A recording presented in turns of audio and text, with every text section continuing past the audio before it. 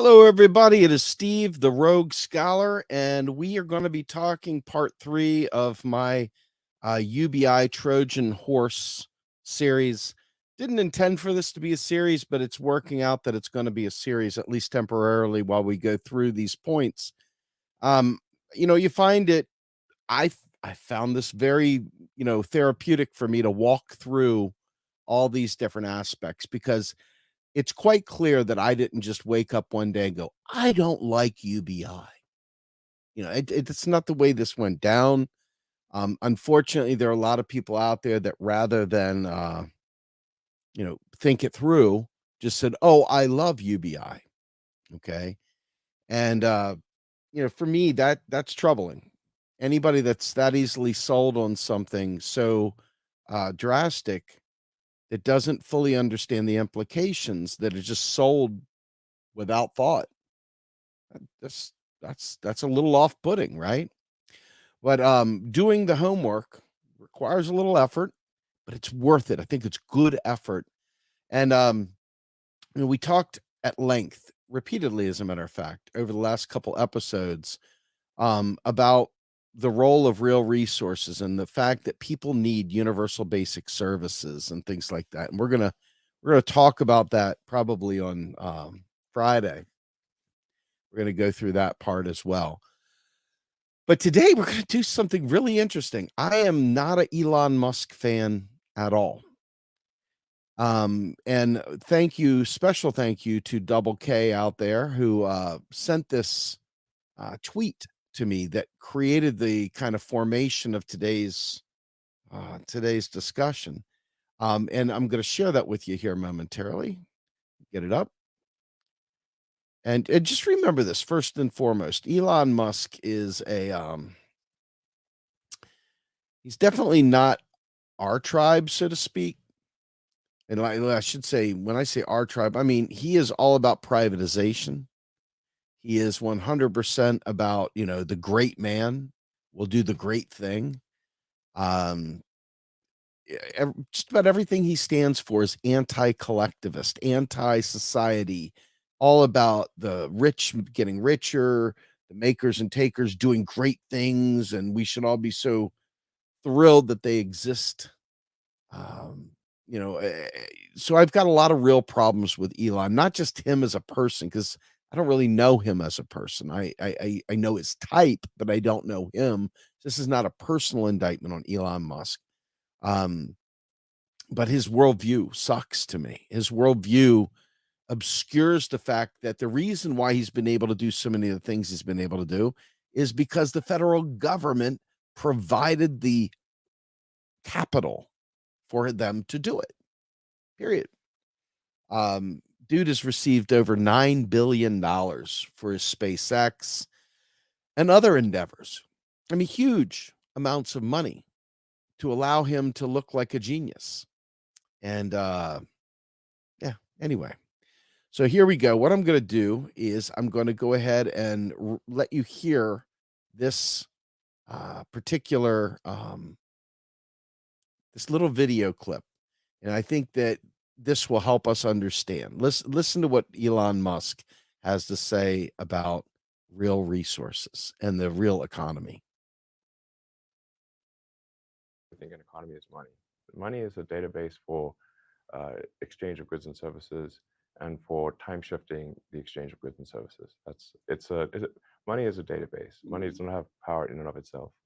Like, you can run the thought experiment of, if you're trapped on a remote island, shipwrecked on an island, and you've got $1 trillion in a Swiss bank account. It's worthless. You'd rather have a can of soup. So, all the Bitcoin in the world, you're still going to starve. So, the actual economy is goods and services. People get confused. Sometimes they think an Hear economy this is money. again. Money is a database for exchange of goods and services, and for time shifting the exchange of goods and services. Money is a database. Money doesn't have power in and of itself. Like, you can run the thought experiment of, if you're trapped on a remote island, shipwrecked on an island, and you've got $1 trillion in a Swiss bank account. So anyway, you get to hear it. Bottom line, Money is a database. It's not power. It's not real resources. It's not anything. And a person without food needs food. A person who doesn't have, uh, health care needs health care. Um, Let me just say this. Where does Elon Musk stand on UBI? I believe Elon Musk is absolutely pro UBI. Okay. Um, I don't think there's any question that he would throw at that. But that's not really the point. I mean, you can feel free to do all the research into Elon that you feel like doing, because he's not really the point of this discussion. He's just he's providing us the basis from which um, to have this discussion. Okay. And you think about it, if you're stuck on a desert island, do you want money or do you want food? And he's like, you could have $1 trillion. You could have $1 trillion. You could have all the Bitcoin you ever wanted. But on a desert island, you'd take a can of chicken noodle soup and the money's worthless. Okay. Well, money doesn't represent power. He even said that.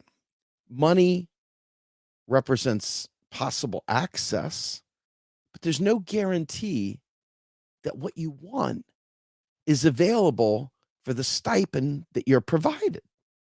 Okay. So we have stood tall and strong on the idea that we need to provide universal basic services, universal basic needs, not universal basic income. And unfortunately, one of the most atrocious signs of a person that's not listening is that they will double down and say, no, we need a universal or unconditional basic income to meet the poverty demands. Now, we've already addressed universal. The concept of universal means everyone gets it. That means Donald Trump gets it. It means Elon Musk gets it. That means Bill Gates gets it. Okay. And what do you think Bill Gates would do with $1,000 a month UBI? I mean, he probably wouldn't even notice it. His accountant probably wouldn't even let him know. I mean, for all I know, he might immediately have it just routed straight to the Gates Foundation, or maybe he says, "I've been donating my UBI to, all these nonprofit causes. I've been doing," but it's not going to do anything other than exacerbate wealth inequality, right? At the most. And it'll end up going to, investments or bonds or the fire sector, finance, insurance, and real estate. It's not going to the productive economy. Okay. So we talked last episode about the fact that inflation, which really isn't a big deal, inflation in and of itself is not a big deal. What is a big deal is if income doesn't rise with inflation. Okay. So if income's not rising, then inflation's going to really be quite painful. And so let's say we give you your UBI and inflation goes up. We've talked about this. And I say, whatever real resource, let's say a can of soup. God, I'm going to regret using this, but since Elon used it, I'll use it. Say a can of soup costs $1,001 and your UBI is only $1,000. What do you have right now? It's the same thing as what he said. You're on the desert island. You've got your Bitcoin. You've got your $1 trillion in your Swiss bank accounts, and it means absolutely nothing. In the end, you need that can of soup. Okay. And so I think that the idea that people keep missing is that the federal government's ability to buy anything for sale in US dollars, anything that is for sale in US dollars is infinite as long as it's available for sale. We recently, in a few episodes ago, played the Alan Greenspan clip where he's talking to Paul Ryan. And he says, well, there's nothing to prevent us from creating as many dollars as we need. The issue is, can we create an economy that can have the real goods and services, the real resources available for purchase?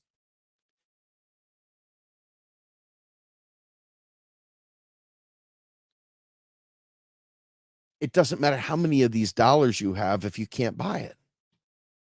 You can't. You know what I'm saying? That is a major, major challenge.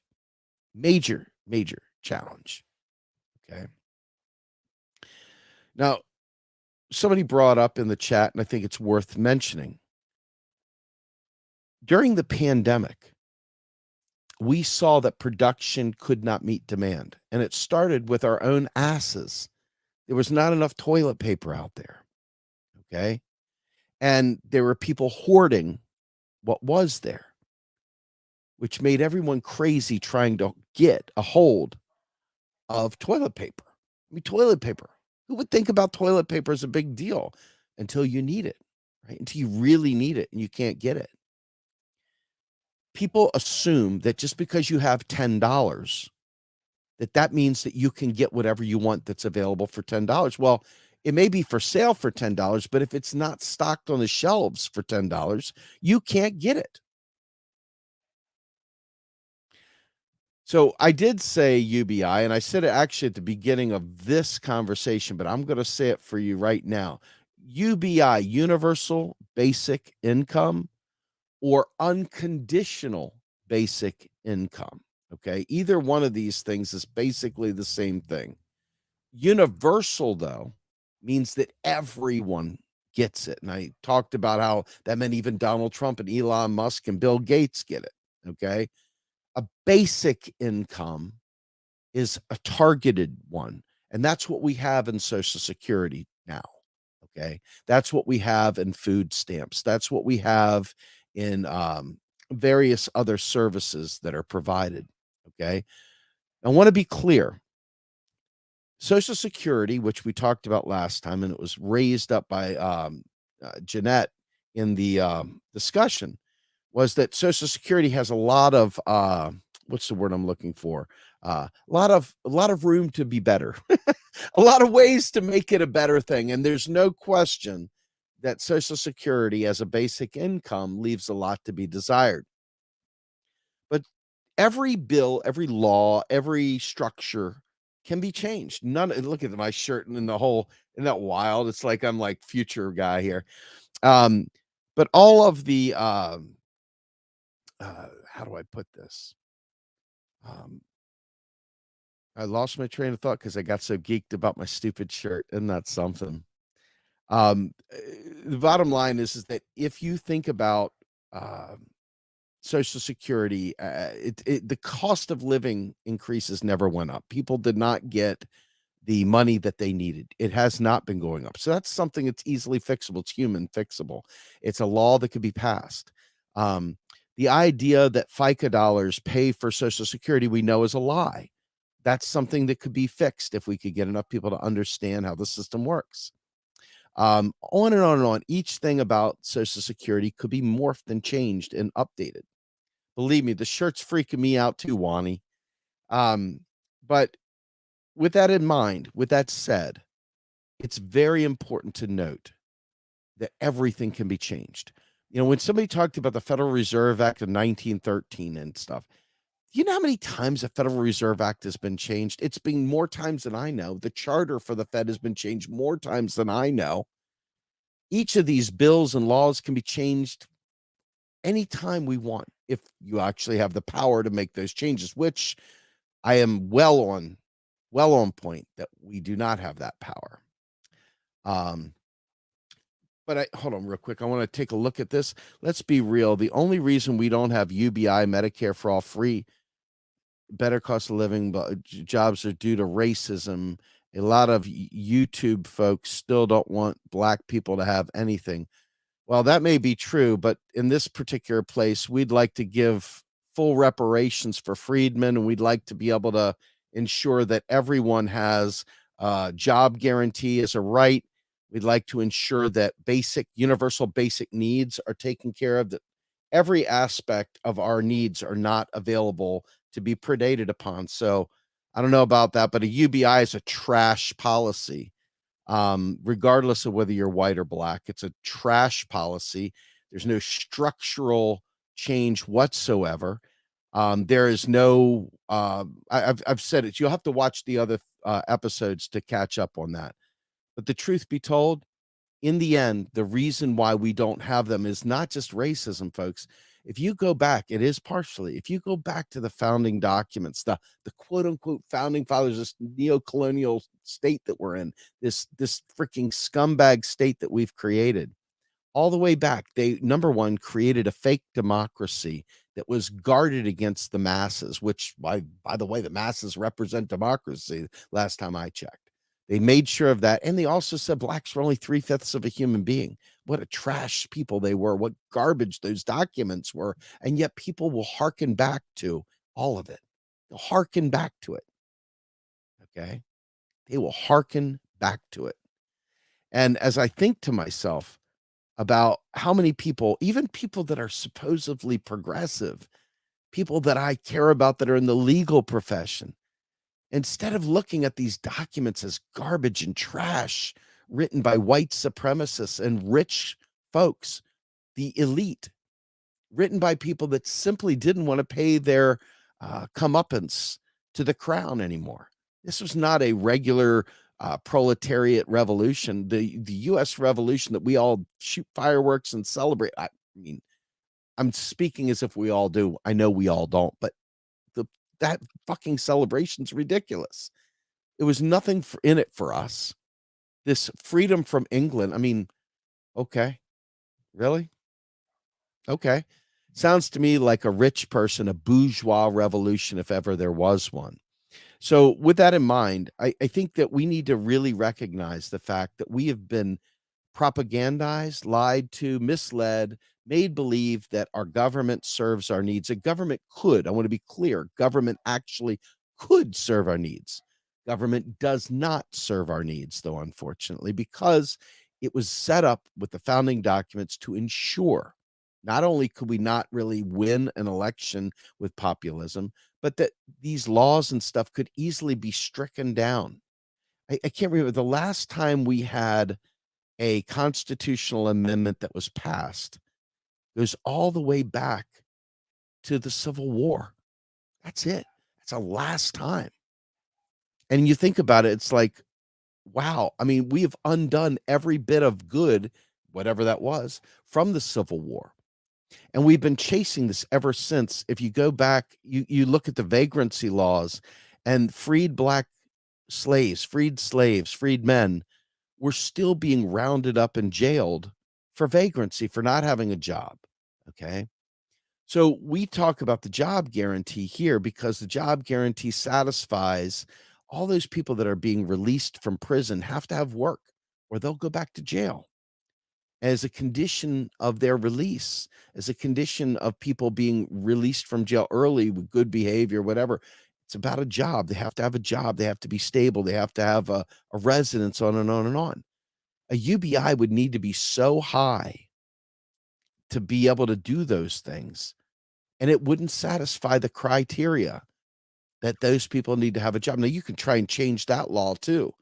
Hey, you're released from jail, no problem. We don't need you. You can be vagrant. You don't need to have a job, whatever. That's for a discussion, but we don't have the power to execute that anyway.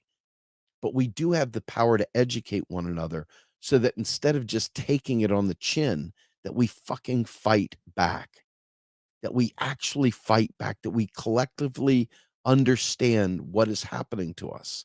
We understand.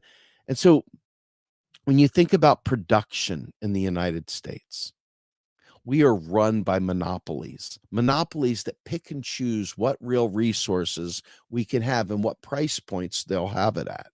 Okay. They tell us what job pay we can have. They tell us everything. It's not our government, it's industry. And industry has been unleashed on us all. So giving someone money doesn't get them to the real resources, period. There is no guarantee. So your survival is still in precarity. And for those people out there, and I'm going to be really smart mouth for a minute, I'm going to be real dick for just a second. If your goal is just to sit on your ass and fucking play video games, and you think that a UBI will allow you to do that, you know what? I'm not worried about you. You're not the person I'm fighting for right now. There are people that have real issues, real problems, generational poverty, oppression, you name it. They're the ones I'm worried about right now. That's what I'm focused on. But within a job guarantee, we talked about this also. Job guarantee, the jobs, depending upon the structure of the law, could be anything we wanted. Okay. We can make work that makes society better, that the capitalists don't feel valuable. Okay. Now, all this is to say that we want to make sure that people are given the real resource. In other words, let's say I'm used to paying $10 for a gallon of milk. Okay. I don't know why I picked $10, but it's an easy number. I'm used to paying $10 for a gallon of milk.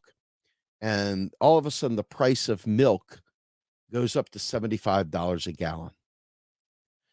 This is a bad example, but it's one to make the point. The US government could say, we'll take over selling the milk to the people. We'll take care of getting the milk to the people. We'll cover the costs. Maybe we'll set a price on that, and that's all we'll pay, whatever. But the government can pay whatever price because it creates currency.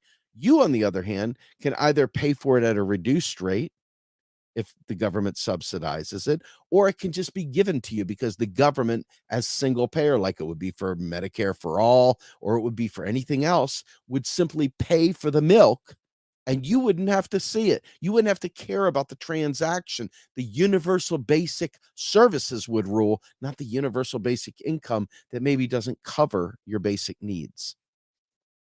I think it's super important to note that if you're sitting there trying to rely on just money, there's no guarantees. It's only the real resources that count. Recently, and I'm grateful at this moment that I am a home owner as opposed to a renter. I cannot imagine being a renter because a renter is at the mercy of a landlord. And a renter is at the mercy of the hikes that landlord does for the cost of rent. If you're on a fixed income of $1,000 UBI and your house or your rent goes up, you are fucked. You are absolutely fucked. All money does is serve as a transaction calculator. That's it. But if you are an individual, so think about this. When we talk about unions fighting for a wage, you'll see where I'm going with this in a second. Everybody's collective, everybody's united, everybody goes to the man and demands a wage commensurate with what their demand is, or they're going to stop working. They're going to have a strike. Okay? The company is going to listen to them. But if you as an individual go to the company and you say, I'm not going to work if I don't get X, Y, and Z, they can say, fuck you. Don't let the door hit you where the good Lord split you. And they're going to send you on out the door. So if that's the case, you have no power as an individual. But as a collective, we have power. Now, if you're a poor person and you've been in generational poverty, and you have not learned how to handle money. Think about this. Allen Iverson, one of the greatest basketball players of all time, was a very rich man, but he became bankrupt because he didn't know how to handle money at the time. You look at guys like J.R. Richard, who was a great pitcher for the Houston Astros. He ended up basically under a bridge, destitute and broke. It's not about money. But poor people, they're already in a bad way. And without a collective fighting for them, negotiating for the group, They're left by themselves to negotiate and figure out all the ropes by themselves. That's not to say some people aren't resourceful. It's to say that's no way to build a policy. But the UBI is the ultimate in individualist programs. It is not a collectivist program in any way, shape, or form. So the ability to negotiate, the ability to provide services, the ability to survive is far greater when the collective works together than it is when you put it on the little guy. This is the essence of neoliberalism. This is the essence of libertarianism. You, the individual, the maker, the taker, you are all powerful and you alone get to make those decisions. But in reality, as an individual, you've got to treat with people who are not valuing you as an individual making demands, period. Period. You must consider this as a macro policy, meaning the broad policy, not the micro, not the individual, the macro policy. The macro policy of providing everyone with their basic needs, making shelter a right, making healthcare a right, and really enforcing that right. Okay. Making sure that corporations are not predating upon us for our needs, jacking the price up for water, making water more difficult to get. There's so many things that we need to focus on. And if you don't have the money, you better have another way of doing it. What are you going to do? Go out and steal it? Maybe. That's a perfectly legitimate thing when you're at death's door or survival's on the line. People start doing things. And so what are you going to do? The way to solve this, the way to mitigate this, the way to take the spikes out of the brutal boot that capital puts on us is to bypass the money and provide the service directly to the people. Let the government cover the costs on the back end because it's not the money that the people need. I mean, they need money for making different decisions, having spending, going out and going to a movie, things like that. I'm not here to tell you you don't need some disposable cash. I'm saying that the real win here is to provide the services to the people, the real resources to the people. And, Elon Musk, of all people, totally did not see this coming. Did not see the king of PayPal saying that money was irrelevant, that the real issue was access to resources. When you think about what progress is, somebody said to me, progress is the ability to shorten my workday, the ability to have goods and services without having to exact more of my life for it. The promise of automation was always supposedly sold as benefiting all of society, to give us fewer work hours, to provide us more time with our families. But alas, the capital order has allowed that only to be beneficial to those who have the right investment portfolio or are the right stratosphere of their climb through the corporate ladder or their ownership class. Rank and file people have to go deep in debt just to enjoy a vacation, to forget a vacation, just to survive. Okay. And if you just take away the fear of not being able to get health care, take away the fear of not being able to feed your family, take away the fear of not having a roof over your head, provide a pathway out through job training and through free education, making school free and canceling the debts that hold us back. This is society enhancing. This is collective society enhancing. But alas, I'm surrounded by people that claim to be lefties that instead of being for the collective are all about the individual, meaning they are libertarian as fuck. And that's deeply distressing, deeply depressing, and deeply short-sighted.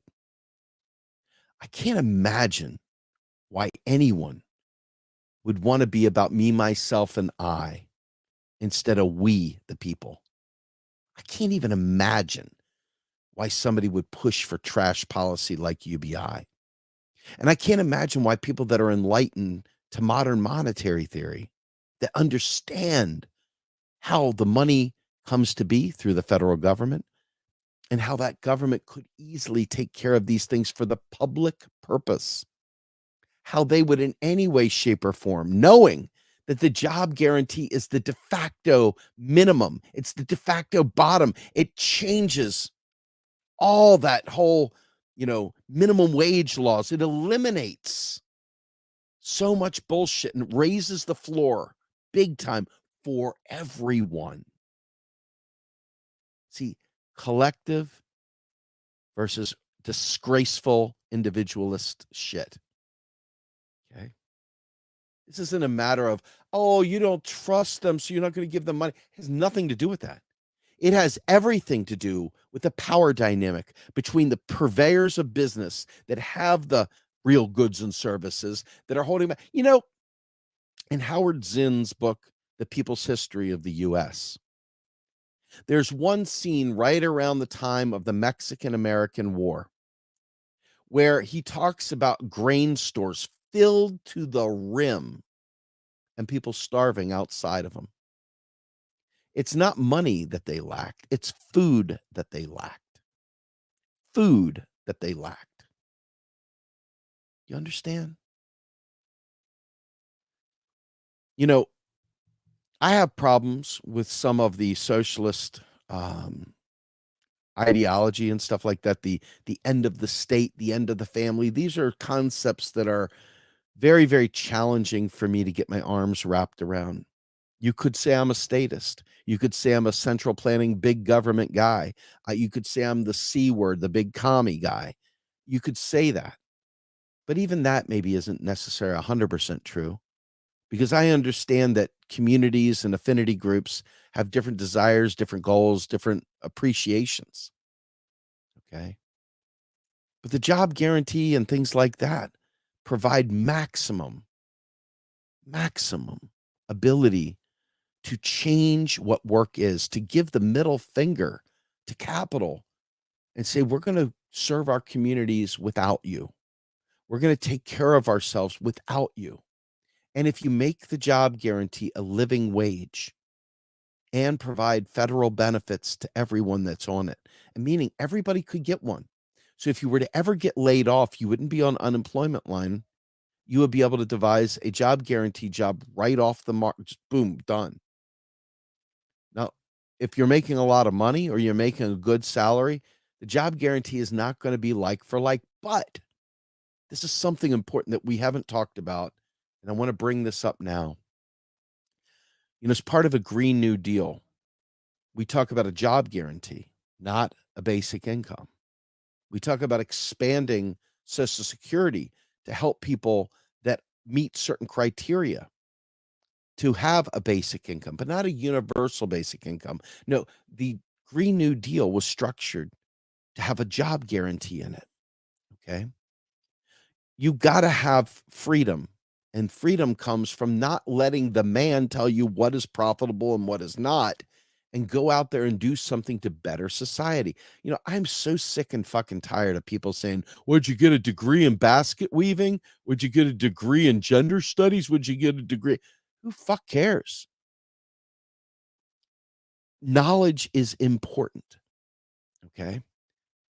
But that said, you're defining the job. And under some of the different job guarantee proposals that are out there, one of them, which I spoke of, was under the guise of working and paying people that work in nonprofits. That would be fantastic. Think about how many people work in nonprofits but don't get paid. I assure you, a lot of people at RP know this stuff. A lot of people that work on the Macro and Cheese podcast know this stuff. How great would it be to be able to be a stay-at-home mom, somebody who's got disabilities, but still be able to work, do a job that doesn't require you to violate the parts of your life that you can't violate. Like, hey, I can't walk. Hey, I can't lift heavy weights. Hey, I can't do this, that, and the other. That's fine. We can create a job that you want to do, something you enjoy, something will provide maximum fulfillment for you. Artists, hey, that's a job. Why wouldn't we compensate that? Musicians, hey, that's a job, but we might want you to teach kids guitar lessons, or maybe we want you to teach them creative writing, or maybe we want you to help them do finger paints, or maybe we want you to do it's things that are not profitable that would never benefit a capitalist, but the society, the local community would have social value.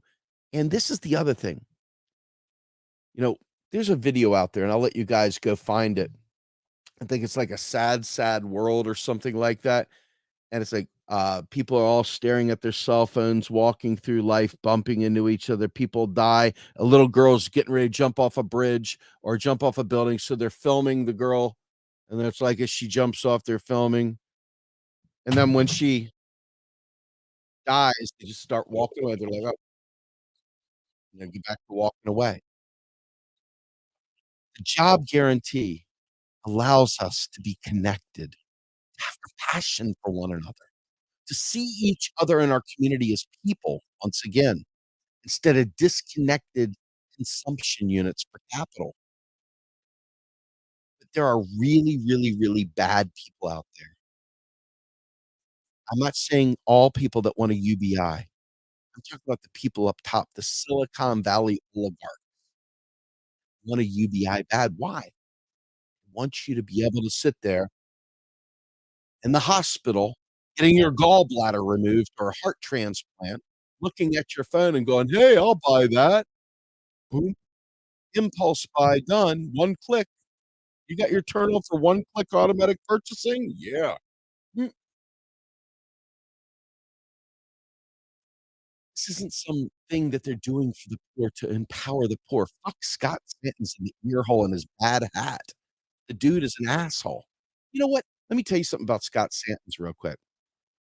When we tried to debate him in good faith back in the early days before it became hostile, he had the audacity to say that Grumbine survives on a crowd-funded UBI, which is what he called the nonprofit. None of us get a paycheck from this joint. That's what that son of a bitch called it, was a crowd-funded UBI. What a piece of shit. Trash human being. And guess what? Pavlina Chernova came through the door and saw that and goes, "Oh my god, how can you say an organization that is filled with volunteers, that is actively trying to teach everyone how money works and how federal finance works, how can you call that a crowd-funded UBI? You have to be one of the worst human beings on the planet to do that." And Scott Santens fits that bill, in my opinion, you know? He fits that bill 100%. So, I always think about I hate politics, and I hate elections, and I hate seeing everyone run around going, "Vote for Cornell, vote for Marianne, vote for Pedro, vote for Summer." I hate it to the core of my being, hate it. And when somebody comes, "Oh, you gotta" I just like, "Please do me a solid. Don't fucking talk to me about your bullshit politics. I don't wanna hear about who you're fucking hero worshiping this week. Okay? I don't wanna hear it. I don't fucking give a shit, okay? What I care about is people understanding what the world around them really is and them making the best choices they can make, collectively together, making society better. I don't believe that the elections anymore have any value whatsoever. It doesn't mean don't vote. I've said this so many times. What it means is that this society, this government was built intentionally, going back to John Adams, to prevent the masses from doing anything outside of what the rich want them to do. Baked into the Electoral College, through the Senate, through the Supreme Court, through the parliamentarian, every step through the super delegates, you name it. Every single one of those things, every single one is there to prevent us from having a say so. every one of them.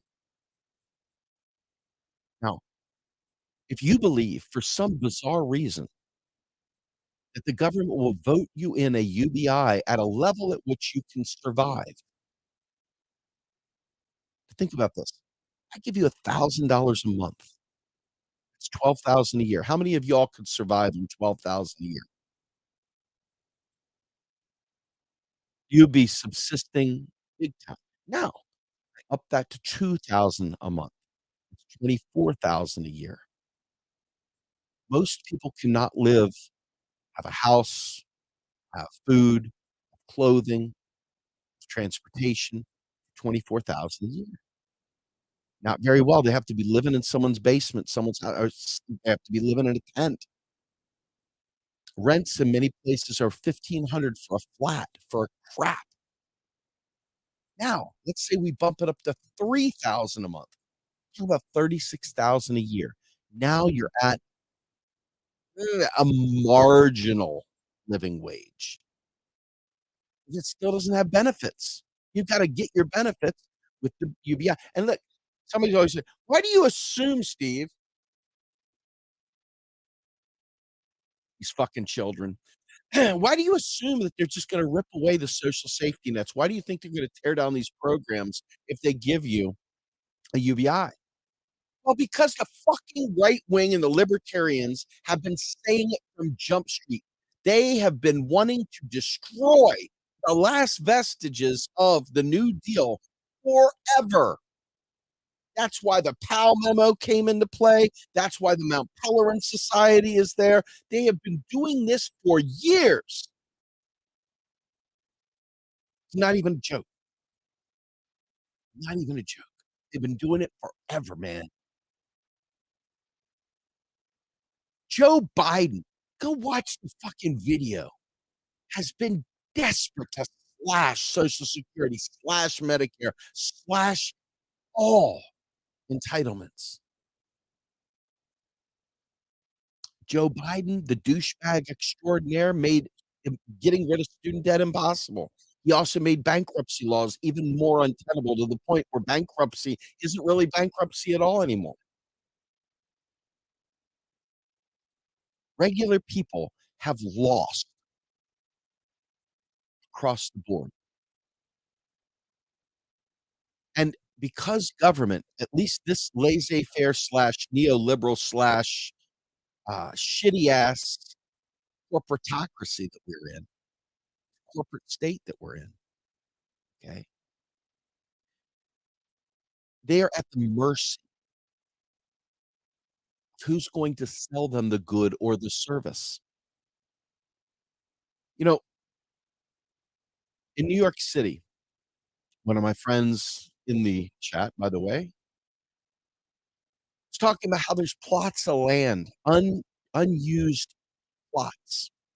It could be community gardens.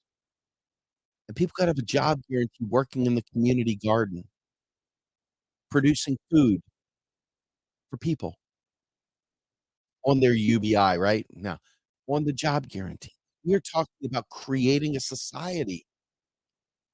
Work is redefined. See, if you think that you have to drive to your soul-sucking job, punch a time clock at your soul-sucking job, okay, sit down and move paper from one side to the other, or sit there with some freaking paper hat and freaking mask and gloves doing line work or something like that. If you think that's the job guarantee, it's not.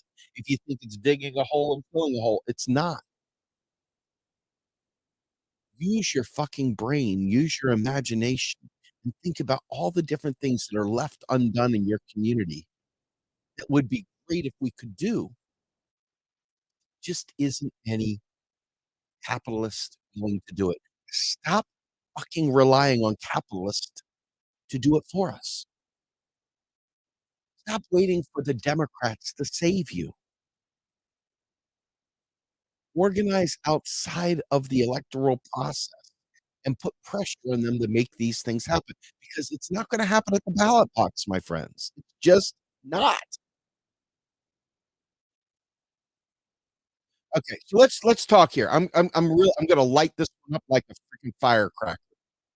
Why not have a universal basic income that I just sat there and broke down and a job guarantee? They aren't opposites. Yes, they are. UBI is compensating non-work. The job guarantee is compensating work. The point of the dollar is for the government itself to provision itself with work as the value. Okay. So when you're sitting there giving everyone, including Elon Musk, including Donald Trump, including Bill Gates, including Joe Biden, including everyone, a basic income, you have created a thing where everything goes up and your bottom tier provides you jack shit. If you want to say a basic income, not a universal basic income, you would target, and we already have that in Social Security. You expand Social Security and you make it meet your needs. You say, hey, it already covers disability, it already covers survivor benefits. Why not make sure that the cost of living increases are mandated? Why not eliminate the FICA tax altogether and ensure that the most regressive tax on the planet is done away with forever? And make sure that the people that need a UBI or slash basic income slash Social Security are given it. The problem with the UBI is it's status quo and it's inflationary. Okay. It's inflationary because there's nothing produced. And it's, I spent, go back, I don't know if it's the second part or the first part, but I talked about signaling business. When people have extra money, businesses come out there with a sponge and they raise prices to suck up whatever slack is in the economy. Vital to not think of money as the key. That's the whole point of this. That's the whole point of today's show. Even going back to Musk.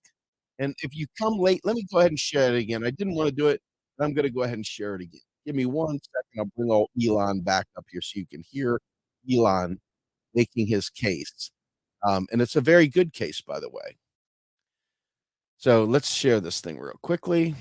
And I don't like Elon Musk at all. Like zero do I like Elon Musk. But let's hear what he has to say.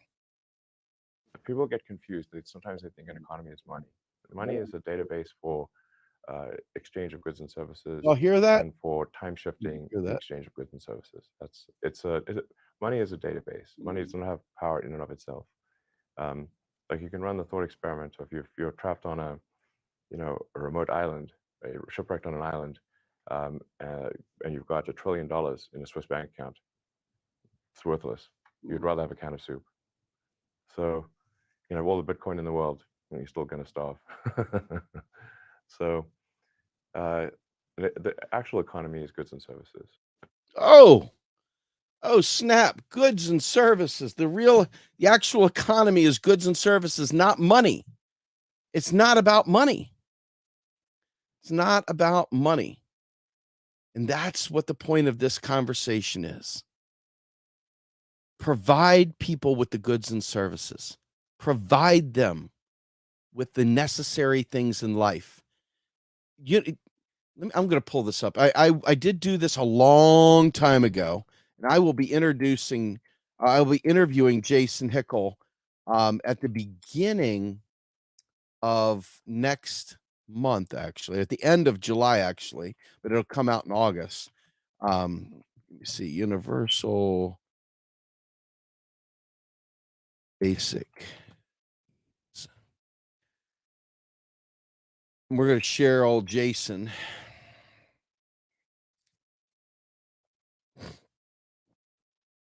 I think this is such an important thing.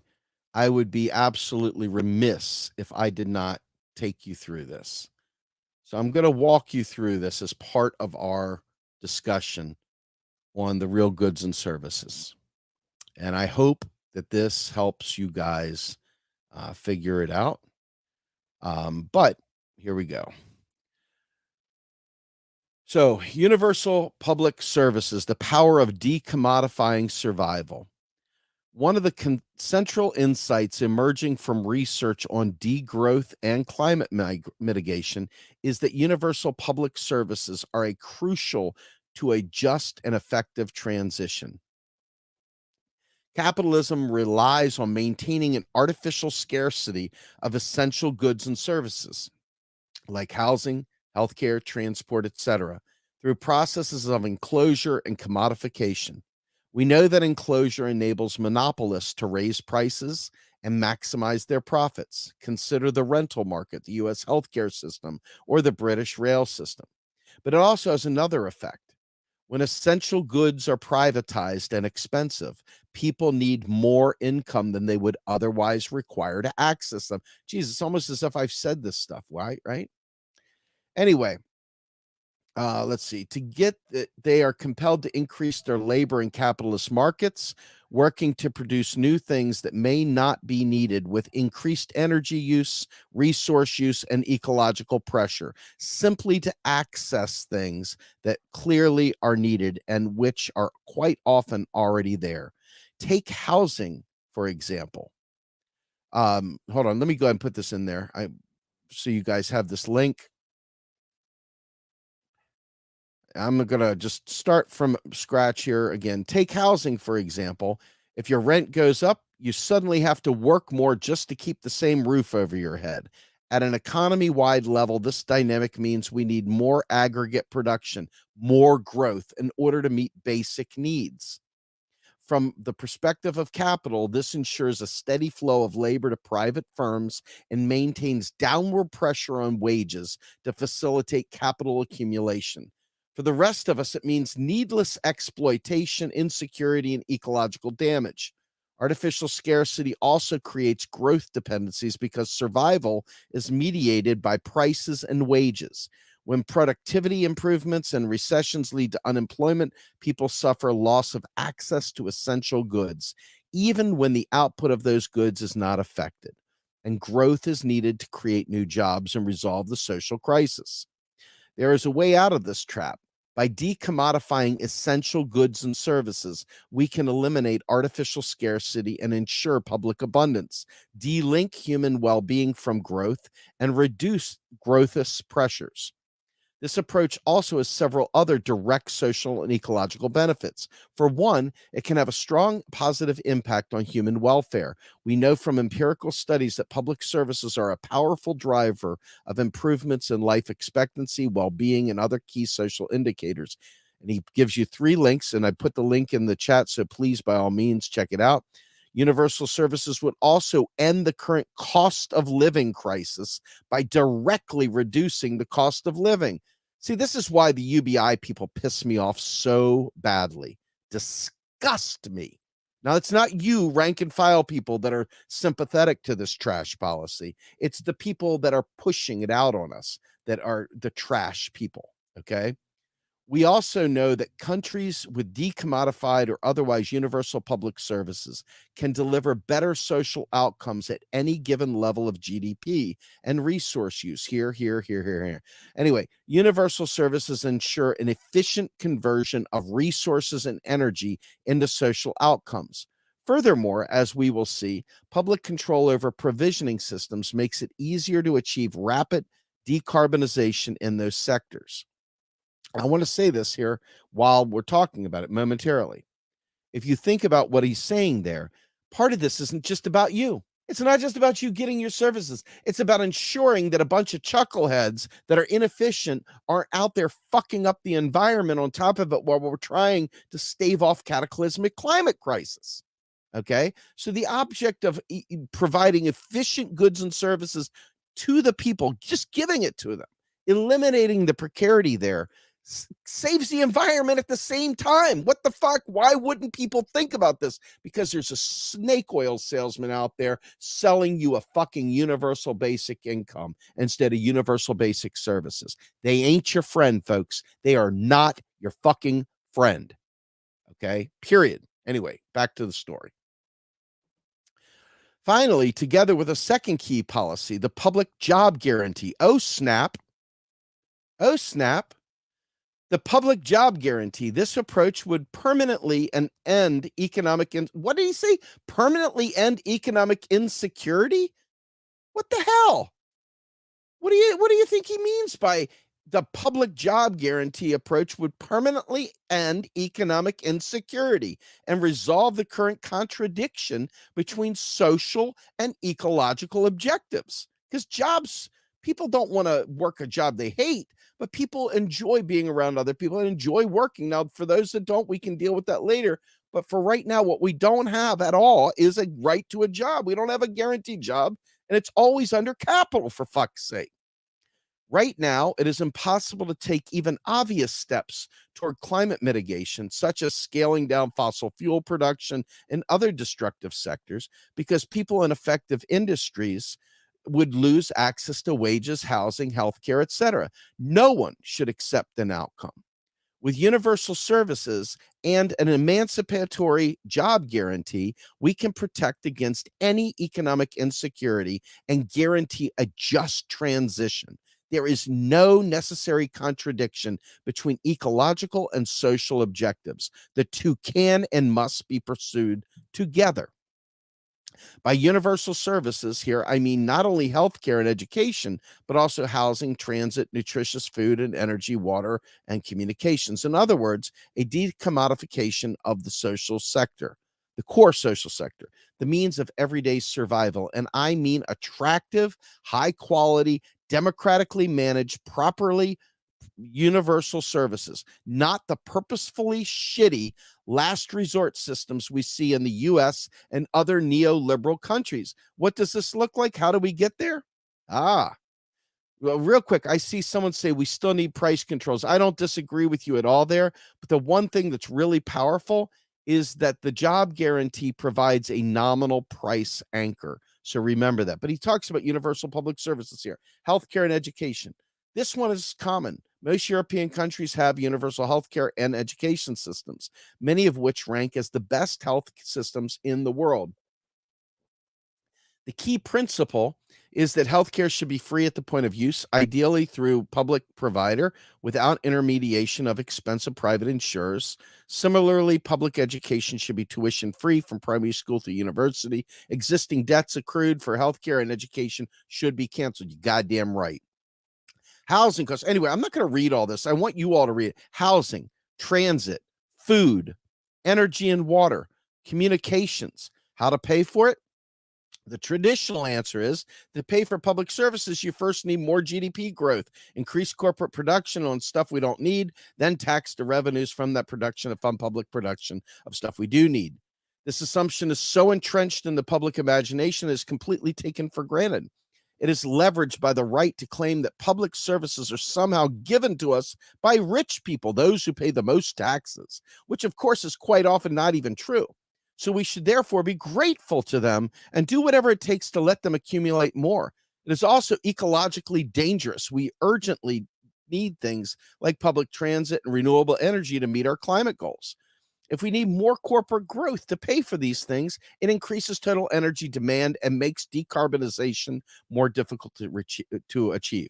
In reality, there is no reason that public production needs to rely on funding from prior private production, as if corporations somehow or another produce money. Say, hey, Richard Wolff, you dumb fuck. As if corporations somehow produce money. Richard Wolff has been telling everybody that the U.S. government borrows from fucking corporations. What a lie. Just ignoramus. Anyway, any government that has sufficient monetary sovereignty, which the U.S. has, can mobilize production, public production directly simply by issuing public finance to do it. As Keynes pointed out, anything we can actually do in terms of productive capacity, we can pay for. And when it comes to productive capacity, high income economies already have far more than they need. Deploying public finance simply shifts the use of this capacity from corporations to the public, where it can be used for democratically ratified social and ecological objectives rather than for capital accumulation. The job guarantee, folks, read this. The job guarantee would permanently end unemployment and ensure that anyone who wants to can train to participate in the most important collective projects of our generation. I mean, it talks about lowering the work week to 32 hours, even lower than that. Anyway, please check this out. I'm out of time. I would love to keep going. I really would, because this was a powerful discussion, I think. But I want you all to understand, ultimately, I think I see it in there. Where is it? Michael Hudson, tomorrow, RP Live webinar. Check it out. Ultimately, if you go to our website, realprogressives.org, you can find the RP Live webinar and register under Get Involved, I think it is, or under our calendar. In any event, I want to thank you all for joining me today. I am the Rogue Scholar, and I hope I wasn't too harsh, but fact of the matter is, I mean what I said, and I said what I mean. I am out of here. Yeah.